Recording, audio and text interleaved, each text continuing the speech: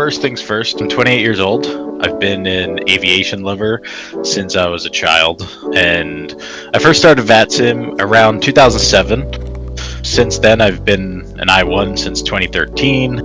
Over my tenure on VATSIM, I've been in multiple different staff roles. This is my third time being an ATM. Been a DATM, a TA a few times, an events coordinator a few times. I've even had a stint in VATUSA staff. So my experience on VATSIM goes back pretty far and is pretty extensive. I've done just about everything one can do aside from run the whole network, I guess.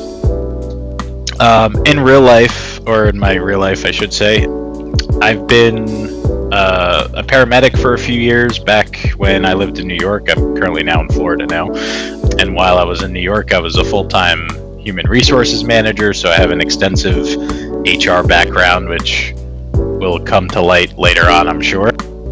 Right now in Florida, I own and operate an airport transportation business. I'm currently waiting on training dates for the FAA Academy to go hopefully be an air traffic controller one day, which will be fun. I'm excited for that. And ultimately, my role at ZME, in not so detailed terms because we might tackle it later, but I'm basically responsible for the whole success of our operation and community here at Memphis within VATUSA. Essentially just kind of overseeing the entire thing and how everything runs.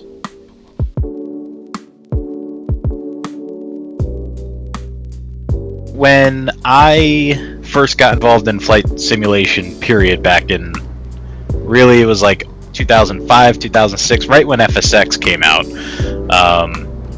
There was an extensive multiplayer network built into FSX on GameSpy that, there was a bunch of servers that were hosted, all the time. And after I first got my copy of FSX, which back in the day was on CD, and you had to come home, install it, and all that jazz. But anyway, once I got into it, I should say, joined one of the servers. Kind of liked it in that server. It was based in Chicago O'Hare at Chicago O'Hare Airport. There was just a bunch of things going on. Everybody flying around. Everybody, there were some people doing, what they would call at the time anyway, actual air traffic control on the multiplayer network. And after my first few days of flying around in a 172 in that server, kind of learned who the regulars are in that server, and we all kind of became friends. There was like 5 or 6 of us that ended up getting close, and to this day are still very close. But anyway, so I, after those first few days of flying around, was like, oh, I'm gonna go in the tower and see what happens there. And with the technology that we had in FSX, it wasn't obviously meant for air traffic control. It was more meant for the flying side of things.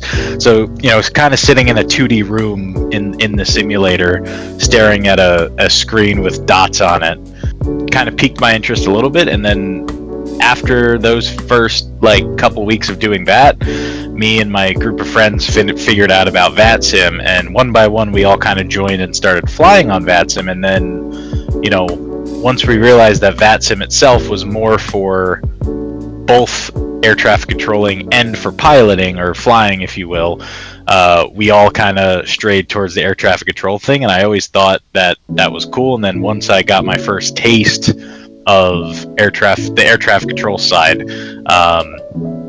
it just kind of went from there. That's pretty much how it all started.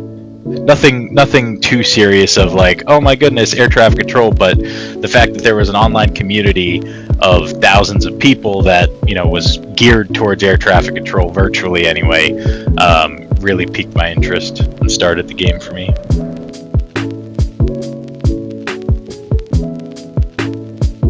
A little of both a strategic move and a coincidence, I'd say. Like I said, before I came to Memphis, 3 years ago now at this point, before then I was the Washington DC ARTCC training administrator, so I was there for a while, and then there was a few VATUSA people who wanted me back in an ATM seat, and it just so happened that Memphis had an ATM role open at the time, and I applied for it, went through the interview process. They liked what I had to say, and here I am.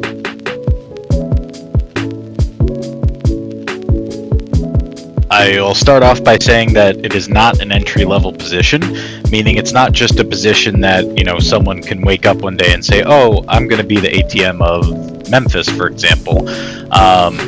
It requires a significant time commitment, first and foremost. But in a nutshell, ATMs, like I said earlier, they're responsible for the overall operation of their entire ARTCC, from the top all the way to the bottom. When it comes to training, even though there's a training administrator, the ATM is ultimately responsible for how everybody performs, right? The training department, the events department, the facilities department, the web department, kind of how the community operates in a nutshell. One of the bigger things that's unseen about the ATM role, really, though, is the amount of time that you have to devote to the back end of things. The things that the general public or the general population of VATSIM don't see on a day-to-day basis. Like, for example, there's a lot of debates that go on about policy adjustments, both at the VAT USA, the division level, or VATSIM, the network level, that on a day-to-day basis requires a lot of input from different ATMs about, okay, this is how we think we should do it. This is how, they think the ARTCC or the division should do it, or the network should do it. There's a lot of things that go on behind the scenes on a day-to-day basis in regards to that aspect of things, kind of, gearing up and providing a lot of feedback to VATSIM and VAT USA about what they plan on doing down the road and how that affects us at the ARTCC level. But overall, the ATM role is it's a big time commitment, but at the end of the day, when everything kind of comes all together, when the whole staff is working as one, the community is bolstering its, culture, that's really what it all boils down to. The ATM is responsible for building that culture, building the community, and making sure that everything stays on track in regards to just about everything the common member of the community needs to know: the training policies, the SOPs, so on and so forth.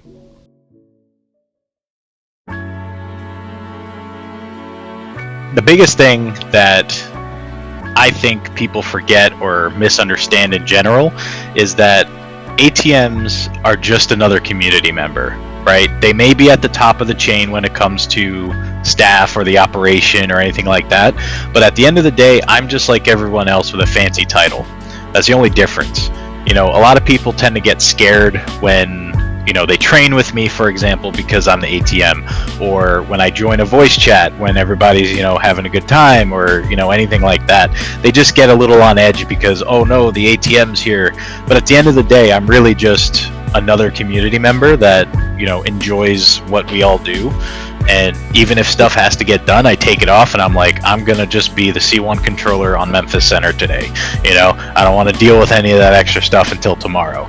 So that's the biggest thing that people misunderstand, I think, is that although I am a staff member, albeit the head staff member of the ARTCC, if you will, I am just another community member, just like everybody else is.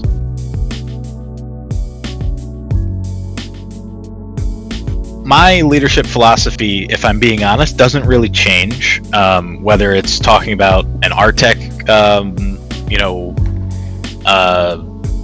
an ARTCC administration, or in my experience as an HR manager, it's really one and the same. My leadership style is very simple, in my opinion. 3 key things. 1, be the example for the rest of the staff and the community, and be available at all times to offer support. Really, whether it's a manager role in the real world or whether it's the ATM role here on VATSIM, I'm really in a support role for all of you guys, the staff, the members, even the pilots in some cases, in some scenarios. So that's the big thing, number 1. Be the example you want to see out of your community, or your department, or however you want to word it. The second thing is have your aces in their places, meaning, out of our entire staff team that we have here at Memphis, which is quite honestly more extensive than a lot of other ARTCCs, having the right people in the right positions is key to managing the entire thing, right? So for example, you're really good at social media, which is why you're the social media guy, right? Henry Grayer is really good at training. He's always been a good instructor. That's why he's the TA. So having your aces in their places really leads me to make my job pretty simple, right? In the sense that, you know, I don't have to micromanage anybody because I know that the people I have under me are the right people in the right position. So that's number 2, is aces in their places. And then number 3 is I'm essentially providing the oil for the engine, but I'm not the engine itself, right? So I'm the one overhead everybody else saying, hey, let's all go in this direction. Let's all work together to make sure that the engine runs smoothly. So I'm providing the oil for the engine. I'm not the engine itself, is the analogy I always use, because it all comes together in the end as long as those 3 things are checked off, if you will. So to recap, be the example for everybody else, provide the oil for the engine, but don't be the engine itself, and make sure your aces are in their places. Don't micromanage unless you absolutely have to make sure goals are met.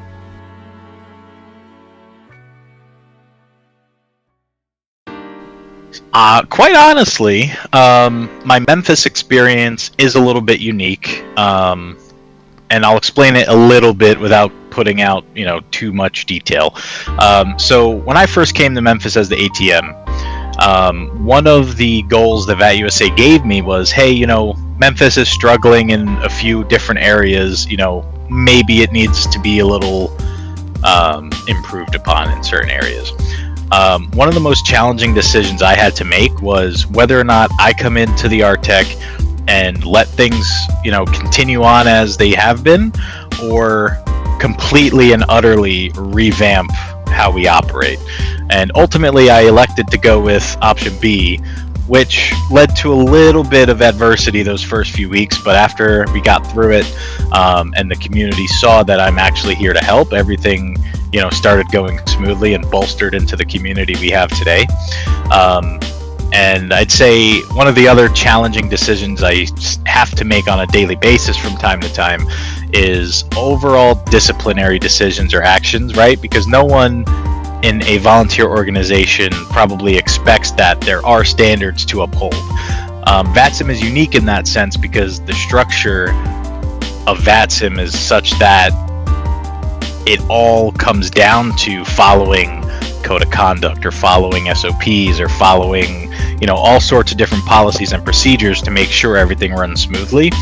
So disciplinary decisions is another challenging thing that as an ATM I've had to deal with, and really varies on a case-by-case basis, of course, but overall those are the 2 biggest challenging decisions I've had to make as an ATM. Thankfully everything else has gone pretty smoothly.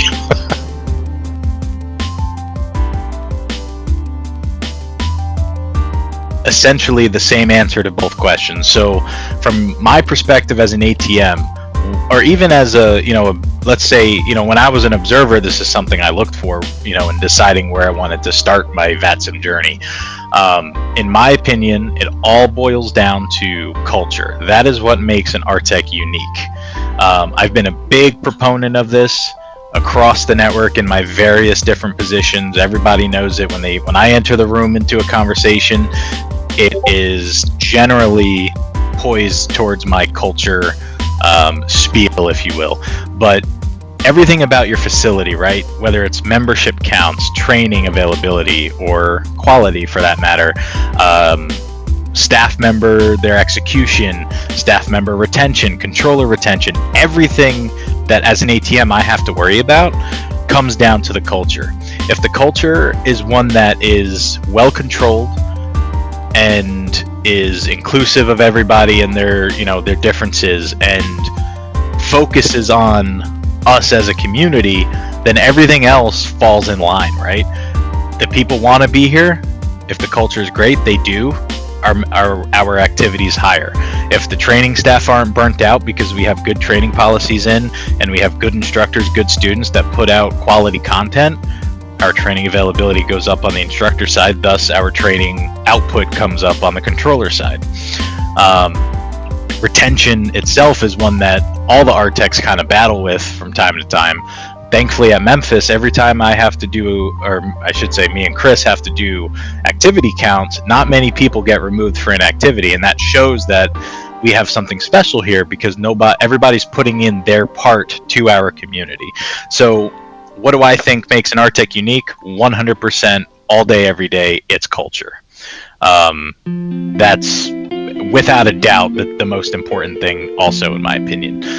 What would I say makes Memphis unique apart from other ARTCs?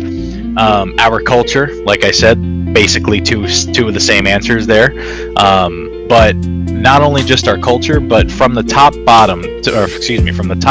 bottom, our staff experience is one that is hard to beat.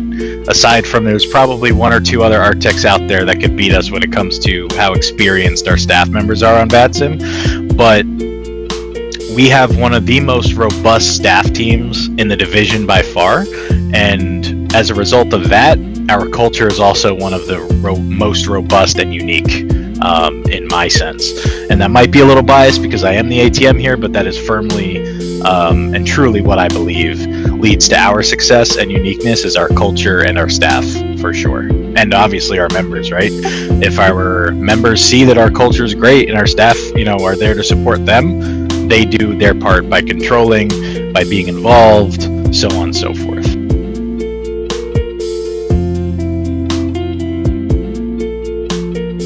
So this question has two answers. What's been my favorite ZME event to work on? Definitely the live event. There's a lot of moving pieces that go in to planning a live event, right? We have to obviously find a venue, find catering. We have to deal with the finances around all that.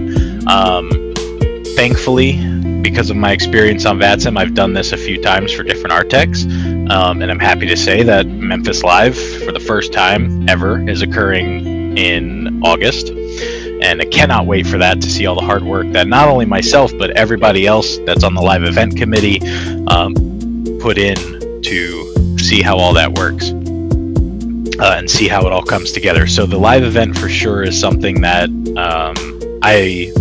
one of my most favorite experiences to plan and execute, or at least plan at this stage anyway. For one of our events that I look forward to every year so far is Memphis in May. It's been our staple event every year. It's our single field F&O at Memphis that we host. And we achieve an impressive output from that event every year. Every year it seems to top itself. Like this year, we had, I don't have the number in front of me, but somewhere around 170 arrivals in a 4-hour period. And for an for an airport like Memphis, especially on VATSIM, that, Memphis is the busiest cargo airport, or one of them in the world. So seeing all that come together in one event in a 4-hour window on a Friday night is astonishing, to say the least. And what goes into the planning of that event, right? The events team goes through all the traffic management initiatives that we have to pass along to all the other ARTCs around us to make sure that, we ensure traffic keeps flowing at an efficient and obviously safe manner. But what really drives it home for me is at the end of the event, when A, you see how much fun everybody had, and B, how well everybody performed. You kind of see all of that hard work come together in the end, and that is what is truly amazing for Memphis in May, is all the planning that goes into it every year, and the result of all that planning and execution.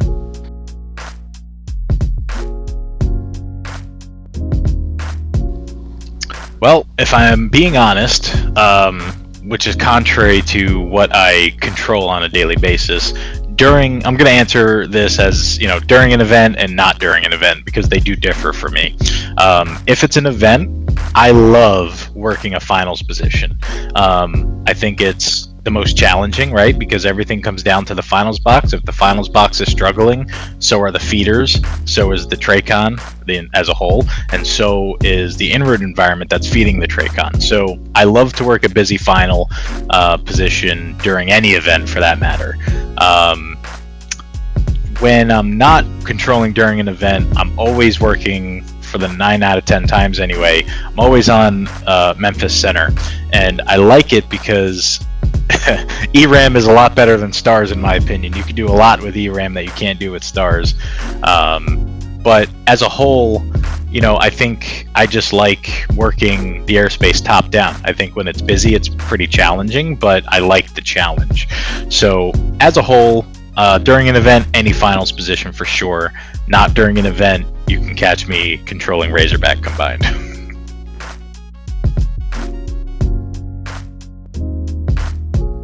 I think it's honestly just hanging out with everybody. Aside from the whole community culture aspect of things, everybody that's that I hang out with within Memphis, without the ATM hat on, we're all a pretty funny group of people, if you ask me. There's a lot of funny things that happen. There's a lot of different games that get played, and that's what I like the most, is that although we all share a common ground in aviation, a lot of us anyway, also have similar interests outside of aviation or doing something that doesn't involve a VATSIM connection.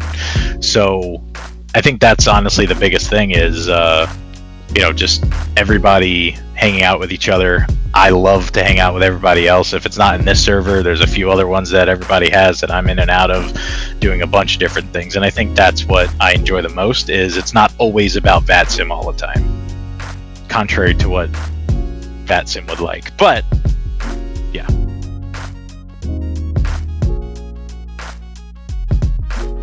Some goals and projects that I'm currently working on, nothing really that I myself is working on, more so in conjunction with a few other people and departments. But overall,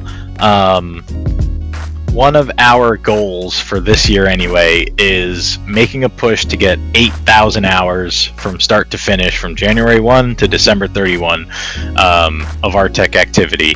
And with our 1,300 hour a month of May that we did, we're certainly making our way to that goal for sure. But one of the other couple things is, or some of the other couple things I should say, we're trying to make a bigger push on community engagement nights. It's been a while since we've actually done one that isn't just a few of us hanging out. We kind of really enjoy getting the community together and doing something, whether it's a group flight or whether it's a staff up night or whether it's some other game. A lot of us like to play Among Us, and it gets kind of crazy, but that's one of the bigger things, is community engagement nights is a project that we're all as a staff team kind of focusing on. One of the other things that I started this year are more recognition activities. So for example, for the Iron Mic Awards that we've won thus far, the person who controls towards the Iron Mic that has the most hours has gotten a $25 gift card. Our two winners so far for that have been Will Kelly, who graciously donated his $25 right back to the ZME Live Fund, and then Darren, who really wanted, I forgot, I think it was I&I Builds. They just released a scenery for his home airport, and he really wanted it, so that's what he used his for. So that's one of the other things, is recognition activities is something that I'm working on personally, I guess. And then otherwise, just expanding the relationships with our tier 1 facilities. Sometimes they can get a little tense at times. You get a lot of different point of views and things, but it's really important to make sure that we're all kind of, if we're not on the same exact page, we're all willing to work with one another on our unique goals for our facilities. And that's what we've been doing a good job at so far this year, and that's what I'm looking forward to finishing out as we move into the second half here.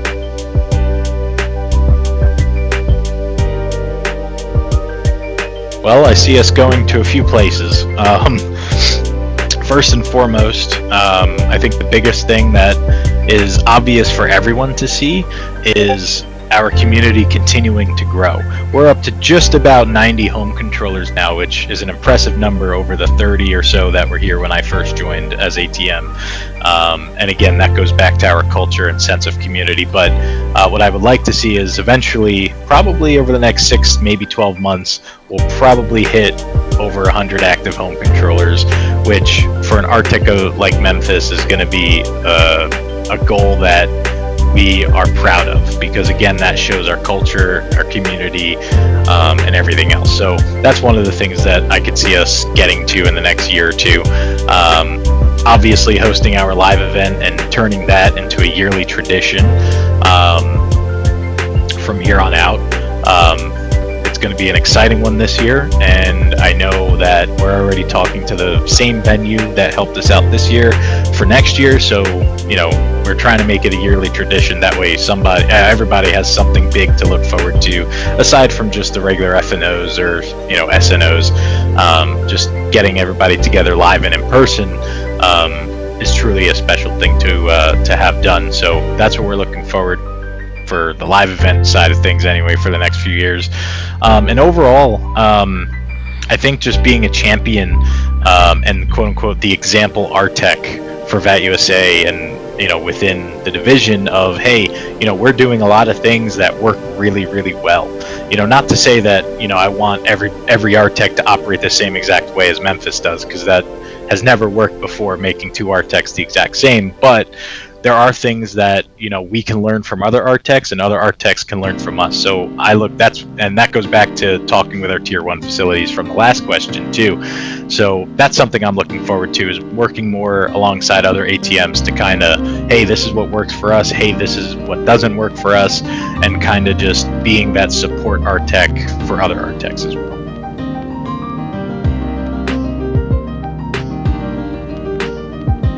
Yeah, I think one of the most important things to do if you're looking into getting more involved in VATSIM with the staff side of things is find somebody who obviously you like, right? That's number one. But find somebody you like that can mentor you, and who's been staff for a long period of time in various different roles, so they have that experience to kind of pass on to others.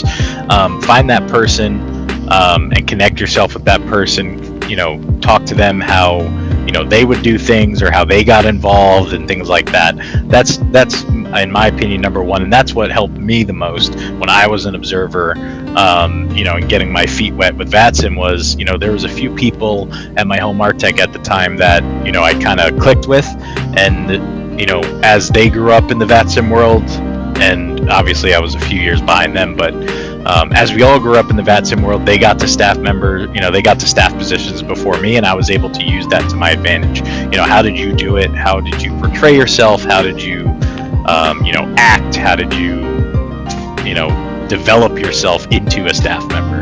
And that goes into my next thing, is focus on your professional development as a person, as a member of a large online community. Not to say that it's not too much different from, if you're looking for a promotion at your real job either. But, being a nonprofit online has its own unique challenges and its own unique opportunities. So kind of tailoring your development professionally around what you plan to do and what your goals are really helped me. And speaking of goals, make sure you have clear goals and, what you're willing to do to achieve them. Over my 17-ish plus years on VATSIM, that's a lot of time. Not just the overall duration, but how many hours I've put into controlling, to flying, to staff things that aren't tracked. There's a lot of things that you have to be okay with, and that is putting in a lot of time into the hobby as a whole. One of the other big things is networking with other folks that are also interested in being a staff member at some point. Maybe there's a group of you and your friends that all want to be an ATM one day, right? Kind of stick with those folks and all go through the motions of, this is what I have to do, this is what I want to do, and this is how I'm going to do it, sort of thing. Surrounding yourself with like-minded people has a very positive effect on you, mentally, physically, and obviously professionally. So that's one of my other big proponents. And to close it all off is, don't get into any kind of trouble, because I'll tell you this, everybody on VATSIM that you leave a foul taste in their mouth about one day might be above you making the hiring decision for a position you want. And if you left a stale taste in their mouth, I promise you they will remember. So just focus on, acting the way staff members should act, right? In public, both in public and in, your individual ARTTech discords or whatever discords you may be in, is one day the people you may not have a great relationship with may in fact be your boss. And those are really the big things that I think everybody should think about or get on if they're interested in becoming a staff member, for sure.